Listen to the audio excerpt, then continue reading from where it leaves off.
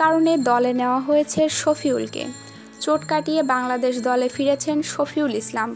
আয়ারল্যান্ডের ত্রিদেশীয় সিরিজ ও ইংল্যান্ডের চ্যাম্পিয়ন্স ট্রফির দলে আছেন এই ডানহাতি পেসার। গত বিপিএলের প্রথম কোয়ালিফায়ারের ম্যাচে ফিল্ডিংয়ের সময় হ্যামস্ট্রিংয়ে চোট পাওয়ার পর থেকে জাতীয় দলের বাইরে তিনি।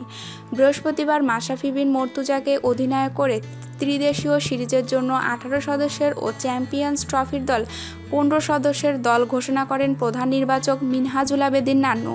গুরুত্বপূর্ণ টুর্নামেন্টের দলে ভরসা রাখা হয়েছে টাইগারদের জার্সিতে 56টি ওয়ানডে খেলার শফিউলের উপর। শফিউলকে ফেরানো প্রসঙ্গে প্রধান নির্বাচক মিনহাজুল বলেন, ইনজুরিতে না পড়লে অনেকগুলো সিরিজই খেলতো শফিউল।